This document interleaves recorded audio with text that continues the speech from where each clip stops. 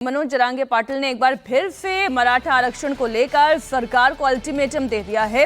जरांगे ने कहा है कि अगर सरकार 13 जुलाई की रात तक आरक्षण देने में असफल रहती है तो 20 जुलाई को आंदोलन फिर से शुरू होगा। आरक्षण को लेकर छिड़े बिल्कुल राज्य के अंदर ओबीसी बनाम मराठा की लड़ाई चलेगी। और देखिए अभी जो लोकसभा के चुनाव हुए उसके अंदर भी पर्दे के पीछे रहकर जिस तरीके से छगन भुजबल ने ओबीसी समुदाय को उकसाया है, उन्होंने तो एक इंटरव्यू में सार्वजनिक रूप से कहा था कि ओबीसी का पक्ष सरकार देख नहीं रही है और मराठाओं के हितों की चिंता कर रही है। उन्होंने ये भी कहा था कि काश अगर कोई ओबीसी मुख्यमंत्री होता तो मराठा ओबीसी का हितों का ध्यान रखा जाता। तो वो सीधे सीधे ये कहना चाह रहे थे कि किसी ओबीसी को आप मुख्यमंत्री बनाइए। आपने एकनाथ शिंदे मराठा को मुख्यमंत्री बना दिया, आपने दूसरे अजित पवार मराठा को उप मुख्यमंत्री बना दिया, आपने किसी ओबीसी को बड़े पद पे दे नहीं रहे। तो मुझे लग रहा है कि छगन भुजबल जैसे लोग जो ओबीसी की राजनीति करते हैं वहां पर वो मराठा बनाम ओबीसी में आग डालने का काम कर रहे हैं। और मनोज छगन भुजबल की बात करें, उन्होंने जो कहा एक बार वो भी सुना लेते हैं दर्शकों को। मैंने उनको सारी बातें बता दी है कि राज्य भर में जो है ये मराठा खिलाफ ओबीसी और पिछड़े जो है ये झगड़ा शुरू है। कई जगह पर जो है एक दूसरे के ऊपर बायकॉट कर रहे हैं। वो कहता है कि इसके होटल में नहीं जाएंगे, वो कहता है कि उसके शादी में नहीं जाएंगे, और कई जगह तो मारामारी जो है झगड़े फसाद हो रहे हैं। और हो सकता है ये अगर ऐसा ही बढ़ता जाए तो एक दिन जो है राज्य में जो है बहुत बड़े पैमाने पर जो है आगजनी हो सकती है, जाने जा सकती है। और फिर ऐसे हालत में मैंने उनसे कहा कि आप राज्य के बुजुर्ग, सर्वश्रेष्ठ बुजुर्ग नेता है, ओबीसी को आरक्षण देने में आपने पहल की थी जब आप मुख्यमंत्री थे। अब ये सारे सवाल खड़े हुए हैं तो आपको जो है इसमें अगुवापन लेना चाहिए। और ये कैसे शांत होगा राज्य, ये देखना चाहिए। ना इसमें कोई सियासत है, ना पॉलिटिक्स, नथिंग। राज्य में जो है जो गरीब लोग हैं एक दूसरे के खिलाफ ना जाए, झगड़ा फसाद ना हो, और ये ओबीसी का और मराठा समाज का ये जो शुरू है ये कैसे भी झगड़ा खत्म कैसे हो वो देखना चाहिए। ये जो छगन भुजबल जी कह रहे हैं अवधेश जी, तो ये सारी बातें तो इन्हें एकनाथ शिंदे जी को जाकर कहनी चाहिए थी कि कैसे शांति होगी, या फिर ये बात वो अजीत पवार को जाके कहते, वो शरद पवार से जाकर बात करें। सरकार में शरद पवार है या इधर अजीत पवार है? वो एक संकेत है उनका कि उनका मन इस समय किधर है, वो क्या करना चाहते हैं। और इस समय ओबीसी के नेता बनने की उनकी भी भूख जगी होगी, क्योंकि भारतीय जनता पार्टी शिवसेना को और शिवसेना शिंदे को अगर सीटें कम आई है तो अनेक लोगों की महत्वाकांक्षा जगई है। लेकिन मैं थोड़ा तीनों घटनाओं को साथ मिला के आपके पॉलिटिकल बात का जवाब दूंगा। देखिए, उत्तर प्रदेश में जो कुछ हुआ है और कोल्हापुर में जो कुछ हुआ है वो ये बता रहा है कि भारतीय जनता पार्टी की सीटें कम आने से इन दोनों राज्यों में किस एलिमेंट्स का हौसला बढ़ा है। ये हमेशा किस एलिमेंट्स का हौसला बढ़ा है, क्योंकि ये जो यहाँ का अमेठी का जो हमने नारा देखा है विवादित नारा नहीं है। ये नारा तो सीधे सीधे मजहबी उन्माद दंगा भड़काने वाला नारा है। इसको विवादित नहीं कहते हैं कि भारत में रहना होगा। और कोल्हापुर का जो आपने बताया है, समीर जी वहां के हैं, मतलब महाराष्ट्र के हैं। तो समीर जी जानते हैं कि 13 जुलाई को हर वर्ष कोल्हापुर में उस किले की मुक्ति का दिवस मनाया जाता है, क्योंकि 13 जुलाई 1660 को ही शिवाजी वहां पहुंचे थे, उनके लिए बड़ा युद्ध हुआ था। और वो जो अंदर का दरगाह है, इस कार्यक्रम की घोषणा पहले से थी। वो अहिंसक कार्यक्रम था, कोई एक डंडा लेके भी नहीं गया था। छत्रपति संभाजी उसका नेतृत्व कर रहे थे। ये दूसरे पक्ष ने जाकर के उसको रोका और हमले किए हैं। तो इस समय भारत में आप देखेंगे कि एक प्रवृत्ति मुसलमानों के अंदर पैदा की गई है कि अगर अपना मजहब अस्तित्व बचाना है तो जहां भी ऐसे हो वहां केवल विरोध करने से नहीं होगा, बिल्कुल सीधे सीधे टकराव। और वो हम देख रहे हैं कि पिछले 4 सालों से कभी हनुमान जयंती पर उस प्रकार से सघन हमले हैं, रामनवमी के जुलूस पर हमले हैं, नव वर्ष पर हमले हैं, और सीधा एकदम लड़ो। और उसके लिए एक बड़े वर्ग को भड़काया जा चुका है और लड़ने की तैयारी होती है। छतों पर आपको पेट्रोल बम से लेकर के एक एक जगह पर और पत्थर मिल जाते हैं जो वहां भी मिल रहे हैं। तो वो स्थिति इस समय महाराष्ट्र की एक सीरियस इशू है। इसका समाधान ठीक से करना पड़ेगा और ऐसे एलिमेंट्स को दबा के, और जो उसमें हिंदू तत्व है उन्होंने अगर हिंसक नहीं है तो उनको थोड़ी शक्ति देने की जरूरत है। जो ये है इस समय, देखिए इस समय हमारे देश में एक नैरेटिव चला हुआ है हिंदू समाज को बांटने का। और उस नैरेटिव का इस समय कौन कौन चेहरा है, कौन मराठा के नाम पर, कौन ओबीसी के नाम पर, कौन दलित के नाम पर, कौन आरक्षण खत्म होने के नाम पर कहां क्या कर रहा है, क्या मैसेज दे रहा है, वो इस समय पहचानना कठिन है। सामान्य तौर पर यह लगता है कि चूंकि मराठा का आरक्षण की मांग हुई है, विधानसभा ने प्रस्ताव पारित कर दिया हुआ है, हालांकि एकनाथ शिंदे ने स्पष्ट कहा हुआ है कि मराठा आरक्षण से हम पिछड़ों का हक नहीं मरने देंगे, उनका कमिटमेंट है प्रेस कॉन्फ्रेंस। इसके बावजूद एक व्यक्ति जो दूसरी ओर है और निकल के अगर वहां जा रहा है तो इसका संदेश क्या है?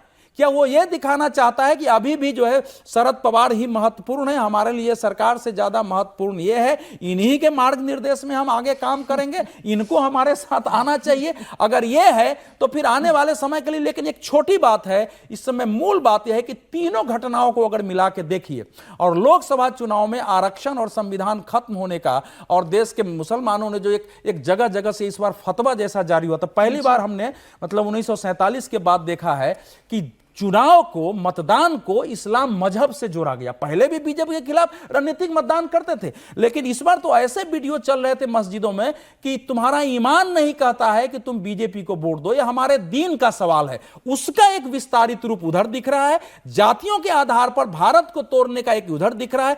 अब उसमें कौन कहां क्या कर रहा है, मुझे जाति वाले नैरेटिव, लेकिन ये जो बात आपने एक पर्सपेक्टिव रखा समीर जी, एक पर्सपेक्टिव वो जो उत्तर प्रदेश में एक पिछड़ी जाति का प्रतिनिधित्व करने वाला नेता खुलकर बोला कि भाई संगठन ऊपर है, सरकार बाद में है।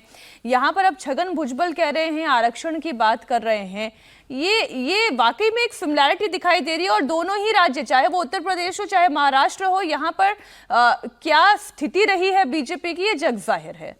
और अब तो चुनाव, देखिए जब भी राजनीति की बात आती है तो ओबीसी नेता पहले अपनी राजनीति देखते हैं, बाद में जाति देखते हैं। अगर महाराष्ट्र भी आप देखोगे तो छगन भुजबल और गोपीनाथ मुंडे अलग अलग पार्टी की राजनीति करते हैं। तो इनसाइड इन्फॉर्मेशन होती है ना महाराष्ट्र की, पर्दे के पीछे किसकी बात चल रही है, किससे चल रही है। तो वही मैं बता रहा हूँ कि देखिए महाराष्ट्र के अंदर उस समय छगन भुजबल और गोपीनाथ मुंडे मिलकर काम करते थे जब ओबीसी की बात आती थी। आज महाराष्ट्र के अंदर जिस तरीके से लोकसभा चुनाव परिणाम आया और जिस तरीके से OBC vote bank Bharatiya Janata party से खिसक कर उद्धव ठाकरे, शरद पवार और कांग्रेस के पास चला गया, तो भारतीय जनता पार्टी के लिए एक बड़ी चुनौती है कि इस वोट बैंक को कैसे रोका जा सके, क्योंकि भारतीय जनता पार्टी ने महाराष्ट्र के अंदर हमेशा मराठाओं के अलावा ओबीसी का वोट बैंक अपना एक तैयार किया था, जिसे माधव फार्मूला कहते थे, माधव फार्मूला था वहां पर, वो उन्होंने भारतीय जनता पार्टी ने तैयार किया था। अब वो जो फार्मूला भारतीय जनता पार्टी का टूटते हुए दिख रहा है, और यही कारण है कि बीड में गोपीनाथ मुंडे की बेटी पंकजा मुंडे चुनाव हार जाती है, जहां जो उनका इतना स्ट्रांग वोट था, क्योंकि वहां भारतीय जनता पार्टी के जो मराठा लीडर्स थे, मराठा कार्यकर्ता थे, उन्होंने जातिगत को ध्यान रखते हुए मराठाओं ने मराठा को वोट किया, भले ही वो भारतीय जनता पार्टी के कार्यकर्ता थे, और उसके कारण वहां पर मुंडे को हारना पड़ा। तो मुझे लग रहा है महाराष्ट्र के अंदर अब पार्टी की राजनीति कम हो रही है, अपनी जाति की राजनीति हो रही है कि जहां अपनी जाति को उम्मीदवार है उसको देंगे, भले ही वो हमारे विरोधी पार्टी का होगा। यह एक नया ट्रेंड महाराष्ट्र की राजनीति में विधानसभा चुनाव में देखने को मिला, लोकसभा चुनाव में देखने को मिला है। अगर यह ट्रेंड विधानसभा चुनाव तक कंटिन्यू रहता है तो यह भारतीय जनता पार्टी के लिए बहुत मुश्किल होगा। तो ये लग रहा है सर कि ये एक जाति वाला ट्रैप है संगीत जी, कि ये ट्रैप जिसमें बीजेपी यूपी में भी फंसी, बीजेपी महाराष्ट्र में भी फंसी, अब विधानसभा चुनाव आने हैं, इस ट्रैप से निकलेगी कैसे? देखिए मुझे लगता है कि मैं आपसे इस बात से बिल्कुल सहमत हूँ। भारतीय जनता पार्टी जाति और आरक्षण की जो राजनीति है उस ट्रैप में फंसी हुई है, और उसे निकलने का कोई रास्ता अभी नहीं दिख रहा है। जब तक हिंदुत्व के एजेंडे पर खड़ी थी, जब तक हिंदुत्व का एजेंडा डोमिनेट करता था, तब तक ये चीज़ें सब सबसाइड करती हैं। लेकिन जैसे ही जाति और जातीय आरक्षण, जातीय जनगणना पर भारतीय जनता पार्टी एक स्पष्ट रूप से आकर के बात कहने से हमेशा बचती रही। देखिए जब जातीय जनगणना की बात आई तो जातीय जनगणना एक ऐसे बाहियात चीज था जिसकी कोई आवश्यकता नहीं थी, और कांग्रेस पार्टी ने भी इसका विरोध किया था, राजीव गांधी ने भी विरोध किया था। लेकिन नीतीश कुमार से के साथ रहने की मजबूरी हो, चाहे जिस भी कारण हो, भारतीय जनता पार्टी ने बिहार में उसका खुल करके विरोध नहीं किया। भारतीय जनता पार्टी ने कहा कि हम उसके साथ हैं। रेजोल्यूशन फाइनली जाकर के वहां पर पास करना पड़ा भारतीय जनता पार्टी को, और उसके साथ खड़ी हुई। आज तक मुझे यह नहीं समझ में आया है कि जातियों की जनगणना से सामाजिक नीति बनाने का और खासकर से आरक्षण की नीति को लागू करने का कौन सा तर्क इसमें लागू होता है। या कोई आर्थिक नीति बनाने में जातियों की जनगणना कहां से काम में आती है, उसके लिए तो मुझे कहीं से कोई कारण नहीं दिखता है।